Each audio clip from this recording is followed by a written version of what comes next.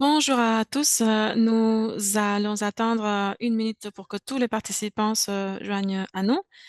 Bonjour Nadi, est-ce que vous avez eu l'occasion de visiter les stands, de vous promener dans le salon? Oui, oui, il y a plein d'activités de vie, il y a beaucoup de personnes qui font des choses excellentes. Exactement. Est-ce qu'on fait des choses excellentes pour l'humanité ou pour les business? Peut-être pour le business, mais bon, ceci aura aussi de belles conséquences pour l'humanité. Exactement. Nous allons maintenant attendre 1 minute. Nous allons donc faire attention à vos commentaires, à vos réflexions. Nous vous invitons à envoyer vos questions dans la partie questions-réponses.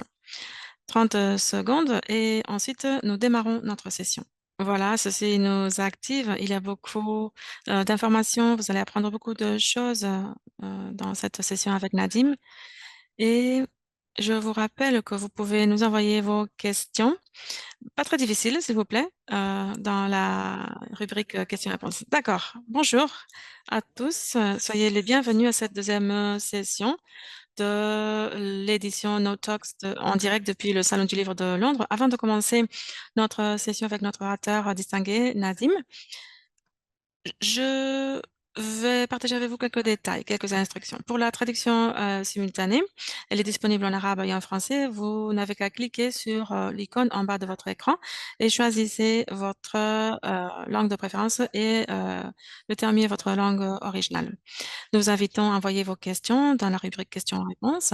Et sans plus, j'ai le plaisir de vous présenter notre orateur, Monsieur Nadim Sadek, qui est le euh, fondateur et c'est le PDG de Shimmer AI. Il est l'auteur du livre euh, qui est disponible dans beaucoup de langues, intitulé Shimmer Don't Shake, How Pollution Can Raise AI. Euh, il dirige également des plateformes dans le domaine de l'intelligence artificielle. Bonjour, bienvenue, merci de m'avoir invité, je suis ravie. Oui, les technologies et en particulier l'intelligence artificielle a transformé notre vie, les business, l'éducation. Mais maintenant, l'IA est en train d'influencer la créativité et l'imagination humaine. Quelles sont les tendances que vous avez observées dans cette transition et quels sont les scénarios que vous prévoyez? Je vous passe la parole et ensuite, nous allons faire attention aux questions que les participants vont nous envoyer et on reviendra vers vous après. Merci, merci pour cette présentation. Bonjour à tous et à toutes. Merci pour vous être rejoints à nous. J'ai quelques diapositives qui nous comprendront, qui nous aideront à comprendre les sujets concernant l'IA et sa présence aujourd'hui dans le monde et dans nos vies. Il y a vraiment beaucoup de domaines qui sont influencés par l'IA. Pendant cette présentation, je vais partager avec vous ces différents concepts. Vous avez vu cette petite fenêtre qui s'affiche sur l'écran? Elle ne devrait pas être là, si vous pouvez, s'il vous plaît, la fermer. Bon, voilà, je pense que l'intelligence artificielle touche beaucoup de dimensions de notre vie et ce sont les sujets que je vais partager avec vous.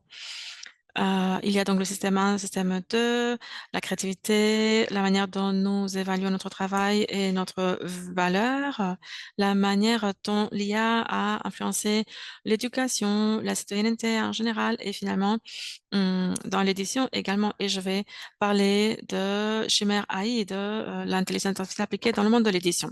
Nous allons commencer par ce concept de système 1 et système 2. Je suis psychologue, je ne suis pas un neuroscientifique, mais je peux en parler quand même de ce sujet.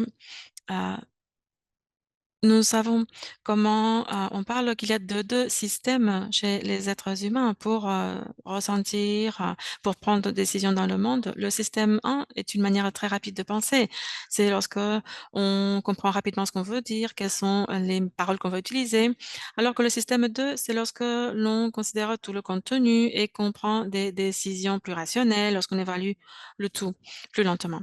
Et ce qui est fascinant dans le domaine de l'IA, c'est que l'intelligence artificielle se concentre aussi sur le système 2, c'est-à-dire qu'elle est capable de compiler beaucoup d'informations, elle est capable de compiler beaucoup de connaissances et de nous les présenter d'une manière convaincante et intéressante.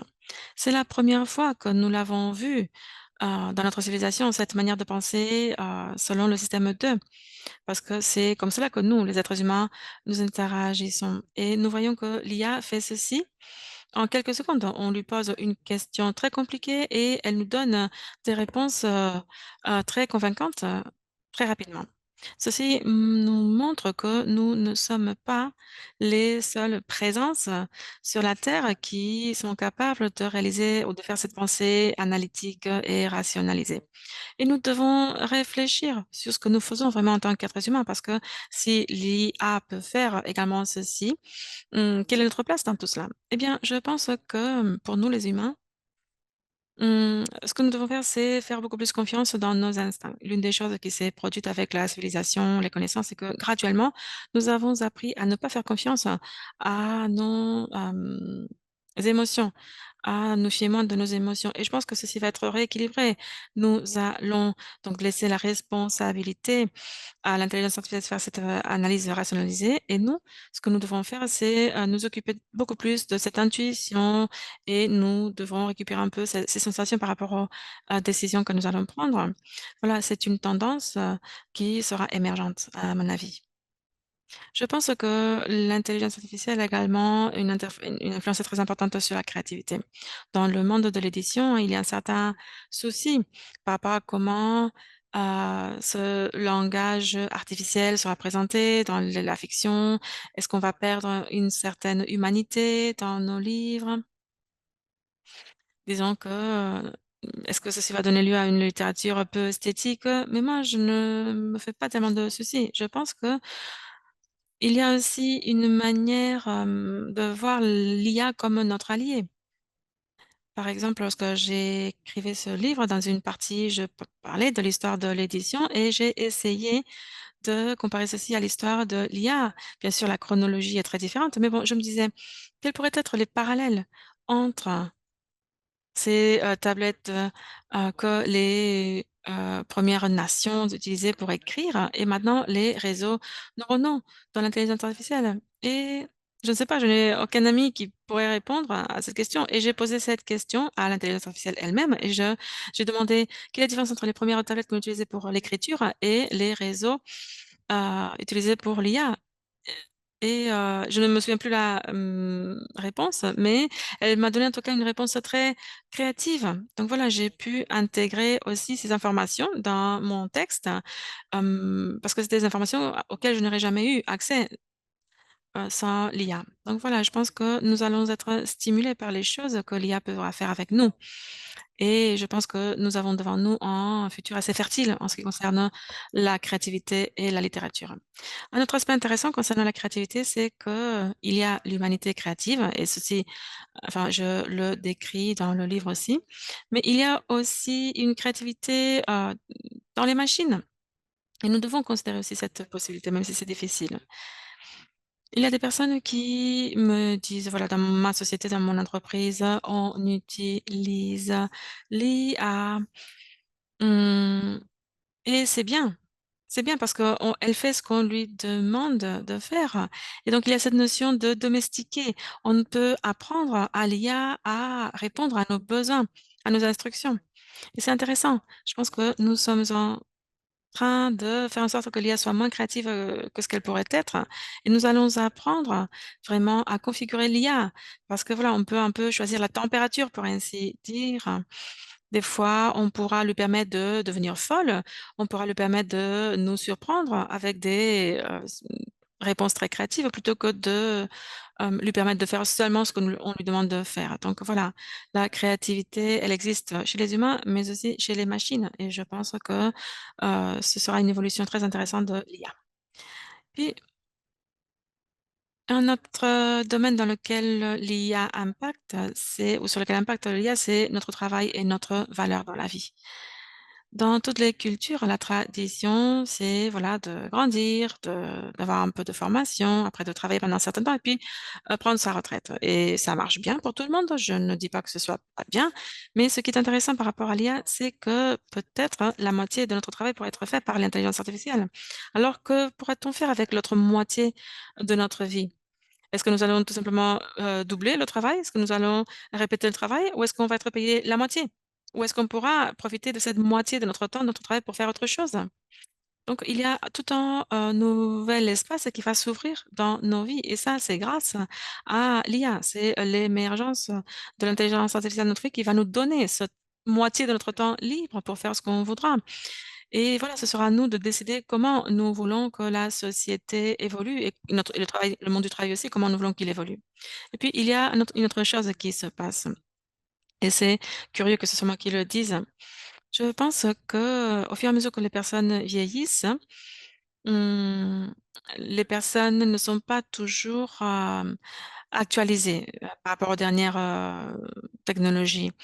Mais grâce à l'IA, les personnes plus âgées, comme moi par exemple, nous pouvons avoir accès aux dernières nouveautés, aux dernières découvertes, parce que l'IA nous assistera à rester actualisés à tout moment et à rester productifs et je pense que ceci est très intéressant, ceci va changer l'économie de la productivité aussi. Et puis dans le domaine de l'éducation, il y a aussi des changements très importants que nous allons constater.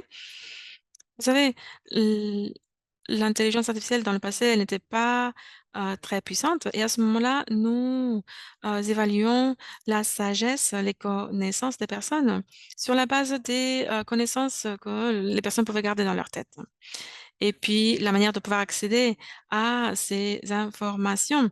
Un jour, voilà, la personne peut parler, du ski ou du football ou des mines de cuivre en Afrique, voilà. Maintenant, l'IA permet de gérer ces informations différentes, de manière immédiate et avec, beaucoup de cohérence. Alors maintenant, nous n'avons plus besoin que les personnes, stockent toutes ces informations dans leur tête. Tout ce dont nous avons besoin, c'est avoir accès à ces informations, ça on peut le faire avec l'IA, on peut synthétiser ces informations à travers des sources de sources différentes et après nous pouvons regarder toutes ces informations et puis nous pouvons appliquer notre pensée critique, hein, et prendre des décisions raisonnables. Donc l'impact pour l'éducation, à mon avis, c'est que nous ne devrons plus remplir les disques durs des personnes, c'est-à-dire les cerveaux des personnes, mais nous, devons nous assurer que les personnes aient accès aux informations pour après pouvoir appliquer leur pensée critique. Donc, les enfants, les adultes aussi qui sont en formation, devront apprendre à appliquer leur pensée critique, pour pouvoir prendre des décisions et je pense que c'est ça le futur et pour moi, c'est fascinant et nous le voyons déjà les jeunes, dans le monde actuel, ils sont habitués à, regarder des informations en ligne parce que c'est leur manière naturelle d'agir maintenant. La citoyenneté, un aspect intéressant ici, parce que l'une des choses importantes de l'IA, c'est l'une des premières technologies qui a été, mise à la disposition du monde par les compagnies plutôt que par les gouvernements et c'est intéressant parce que on peut choisir entre différentes marques, d'IA et ceci a été disponible assez rapidement. Donc voilà, c'est des marques, commerciales, ce n'est pas un produit gouvernemental. Et voilà, je pense que nos vies maintenant auront affaire aux corporations et au gouvernement aussi. Et donc, voilà, ces compagnies vont fournir ces informations comme dans un microsystème et je pense que ceci aura des résultats très positifs. Parce que, voilà, moi personnellement, je n'en sais pas beaucoup, je ne connais pas beaucoup de choses sur la Mongolie ou le Pérou, mais en 5 secondes ou 5 minutes, je peux lire beaucoup d'informations sur le Pérou ou la Mongolie. Et petit à petit, nous allons nous sentir de plus en plus à l'aise avec cette manière de faire. Donc, des choses qui étaient très difficiles à accéder dans le passé, maintenant, eh ben, tout ceci sera facilité par l'intelligence artificielle. Nous aurons beaucoup plus de connaissances à la portée de nos mains grâce à l'IA. Dans le domaine de l'édition, il y a des choses positives et négatives qui se passent grâce à l'IA. Une chose positive, c'est l'efficacité que l'IA apporte dans l'édition. Par exemple, les systèmes de recommandation, l'IA apprend très vite et très bien. Donc, elle nous permet de savoir, elle permet de savoir ce qui nous plaît, ce qui nous plaît pas et donc voilà, ceci nous permet d'avoir de meilleurs services. Mais l'autre côté de la médaille, c'est qu'elle peut, trop individualiser, les services. Donc, il y a ce risque de recevoir seulement le même type d'information, qu'elle sait qu'on aime. Et voilà, si on aime toujours, enfin, manger ceci pour notre petit déjeuner, bah, elle va nous offrir toujours la même chose. Mais je pense que l'édition va bénéficier de l'IA parce que on sera beaucoup plus efficace, le marketing aussi sera meilleur et puis les aspects légaux aussi, parce que l'intelligence artificielle pourra lire ces documents légaux et nous permettra de prendre des décisions ou par rapport aux exceptions qu'il faut faire, et cetera. Et puis j'ai beaucoup d'espoir par rapport à la génération Z et après probablement la génération A. Dans le monde de l'édition, parce que je pense que beaucoup de choses dont nous avons déjà parlé, comme l'éducation, la créativité, la manière dont nous observons le monde, cette compréhension sans frontières des différentes cultures, s'applique très bien à la génération Z qui n'aime pas offrir leur vie et leur carrière à une corporation ou à une institution. Donc la génération Z pourra avoir plusieurs choix, voir voilà comment elle souhaite travailler et développer leur vie. Et ce que j'anticipe, c'est qu'il y aura donc une littérature, enfin qu'il y aura beaucoup plus de défis, dans le domaine de la littérature, beaucoup plus que par rapport au passé. Pour les plus jeunes surtout, parce que l'IA permettra aux plus jeunes d'accéder à beaucoup plus d'informations, que les autres. Et puis l'IA facilite aussi autre chose. À savoir, les auteurs, aiment bien savoir que leur voix est écoutée dans le monde. L'une des choses les plus frustrantes quand on est un écrivain, c'est d'écrire quelque chose et puis de ne pas savoir si quelqu'un l'a lu, si quelqu'un l'a vu. On ne sait pas si les livres sont sur les étagères, ou dans les tiroirs et ce que l'IA peut faire, c'est faire en sorte que les écrivains soient beaucoup plus visibles et les écrivains, les auteurs, peuvent savoir vraiment que leur voix est entendue. Et puis par rapport à l'édition encore, il y a aussi cette équation que j'appelle équation éditeur, écrivain ou auteur qui va évoluer. Historiquement, ce qui s'est passé, c'est que voilà, on écrit un manuscrit, ensuite on l'apporte, à l'éditeur qui donne des conseils pour l'améliorer. Finalement, le livre est imprimé, distribué, vendu et puis il y a tout les droits d'auteur, intellectuels et cetera. Mais il y a beaucoup de cette valeur-là qui est technologique, comme l'impression, la distribution, et cetera. Une fois de plus, dans cette, ère de l'intelligence artificielle, beaucoup de ces choses-là peuvent être faites autonomement et donc ce qui reste très important à faire pour, les auteurs, pour les éditeurs, les choses comme la collaboration, l'implication humaine, la pensée itérative, collaborative et la gestion, bien sûr, de toutes les pièces compliquées de la chaîne de valeur, comme les droits d'auteur, intellectuels, et cetera. Tout ceci, restera dans les mains, des personnes et je pense que les éditeurs vont faire 2 choses probablement. D'une part, ils vont commencer à trouver les meilleures, IA pour que les auteurs les utilisent et ils permettront aux éditeurs, aux écrivains d'avoir les meilleures technologies, possibles. Donc voilà, c'est ça la cible, obtenir, la meilleure technologie possible et puis les éditeurs et leurs marques vont, être beaucoup plus, visibles. Plutôt que d'être, une proposition entre, business, ce sera une proposition d'un business vers les consommateurs. D'accord? Donc, les éditeurs seront beaucoup plus, visibles, leurs marques aussi. Et il y aura une relation plus directe avec, les, consommateurs et je pense que les marques des éditeurs vont vraiment faire, beaucoup plus de différence. Finalement, je vais vous montrer une version appliquée de l'intelligence artificielle dans le monde de l'édition. C'est Shimmer AI, j'en fais partie et c'est vraiment un type de publicité qui vend des livres et ce que nous faisons, en fait, c'est les éditeurs, les écrivains nous donnent leurs livres, nous appliquons sur ces livres, l'intelligence artificielle. Elle, identifie l'ADN des livres, donc l'analyseur, identifie l'ADN du livre et c'est une espèce d'empreinte unique du livre. Il s'agit d'une configuration, spécifique de l'histoire, du récit, des protagonistes, des antagonistes et cetera. Mais il s'agit aussi d'un profil psychologique du livre. Donc nous savons que c'est un livre qui parle de loyauté familiale, de joie, du plaisir de vivre dans un environnement vert.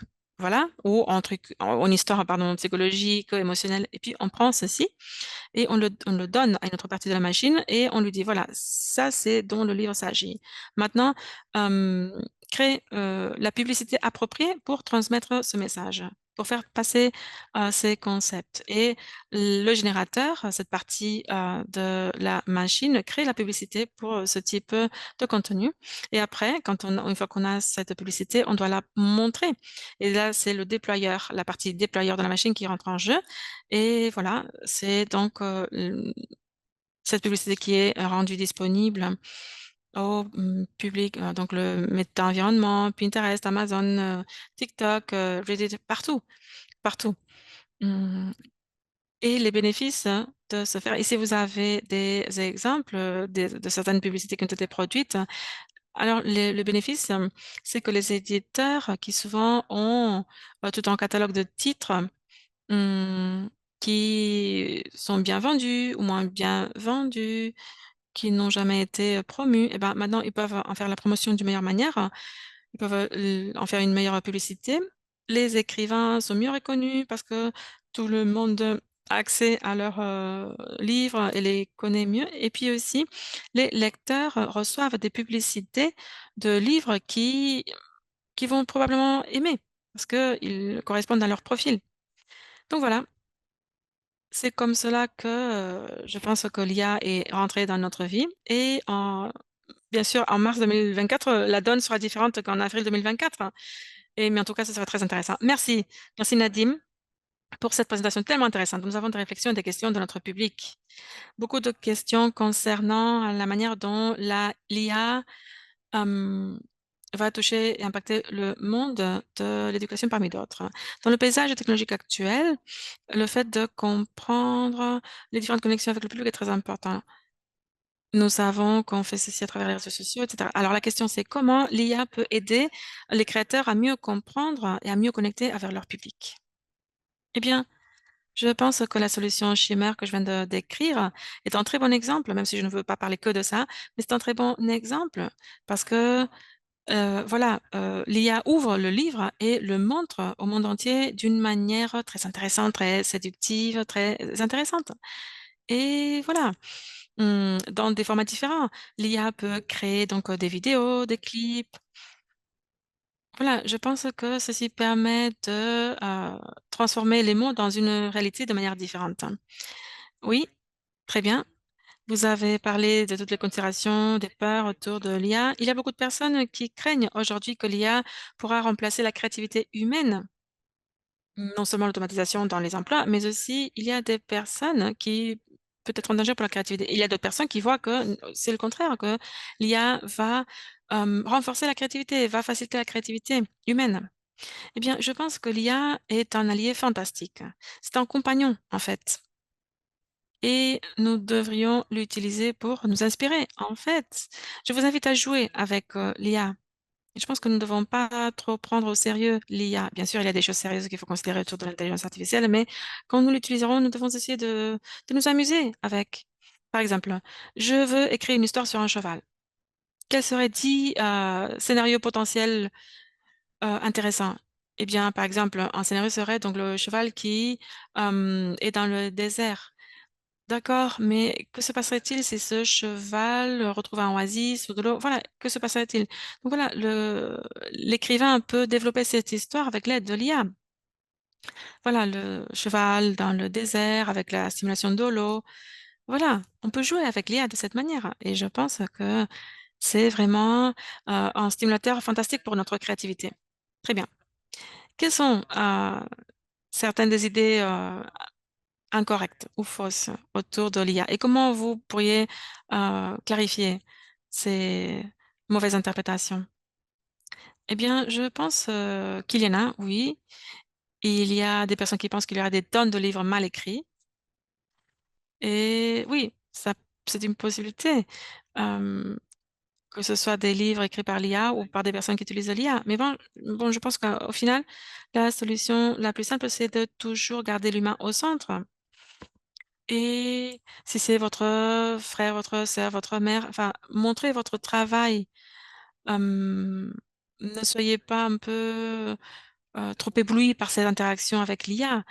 Même si vous utilisez l'IA, montrez votre travail à d'autres humains et vous pouvez aussi parler avec vos proches. J'ai envie d'écrire un livre, qu'est-ce que tu en penses? Et vous pouvez aussi poser cette même question à l'IA.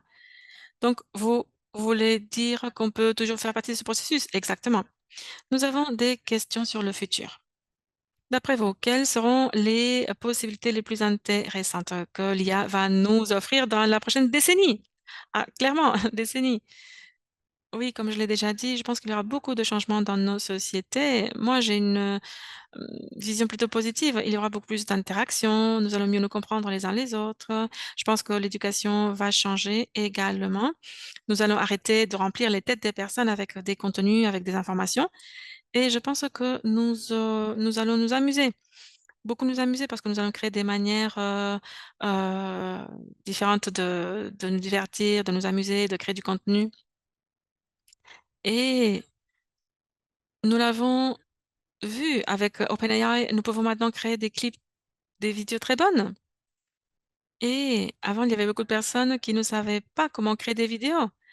Ils n'avaient pas l'équipement, les caméras, et cetera. Mais maintenant, il suffit d'avoir une idée pour transformer une idée dans une vidéo. Et ceci est fascinant.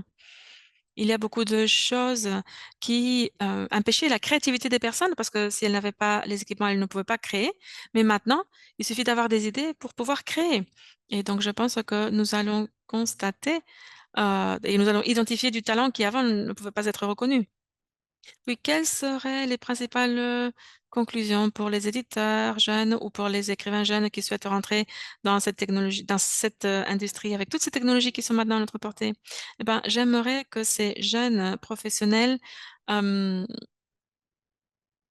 pensent différemment et osent vraiment poser des défis. Si vous êtes jeune maintenant, eh ben, n'attendez pas.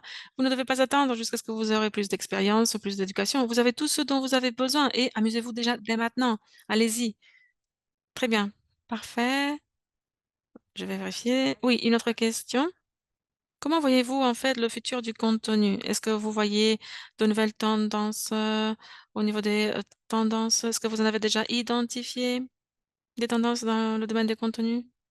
Eh ben, je ne sais pas. La question serait peut-être à combien de plus de contenu nous pouvons avoir accès parce que nous avons déjà tellement accès à des contenus partout. Eh bien, je pense que oui, il y aura peut-être des nouveaux contenus très intéressants. J'ai déjà parlé avec des personnes qui utilisent l'IA pour combler leur moment de solitude. Il y a des personnes qui parlent avec l'intelligence artificielle pour avoir tout simplement une conversation. Il y a des gens qui essaient de faire de la thérapie aussi avec. Il y a beaucoup de contenus qui sont nouveaux et très intéressants. Je pense que comme nous pouvons créer du contenu de manière si facile maintenant, je pense que nous allons voir que des créateurs vont changer de canaux. Ils vont quitter les canaux habituels, leurs médias habituels, et maintenant les auteurs, les créateurs vont être capables de créer sur beaucoup de canaux différents, sur 10 canaux par exemple. Parfait, très bien, merci. Merci Nadim pour cette présentation. Nous ne pouvons pas répondre à toutes les questions individuellement, je les ai regroupées. Merci beaucoup pour cette conversation et nos participants étaient très intéressants. Merci. Si vous avez encore des questions, n'hésitez pas à nous les envoyer à l'équipe No Talks et nous allons les passer à Nadim pour qu'il y réponde. Et voilà, merci et nous vous attendons dans notre prochaine session ici depuis le Salon du Livre.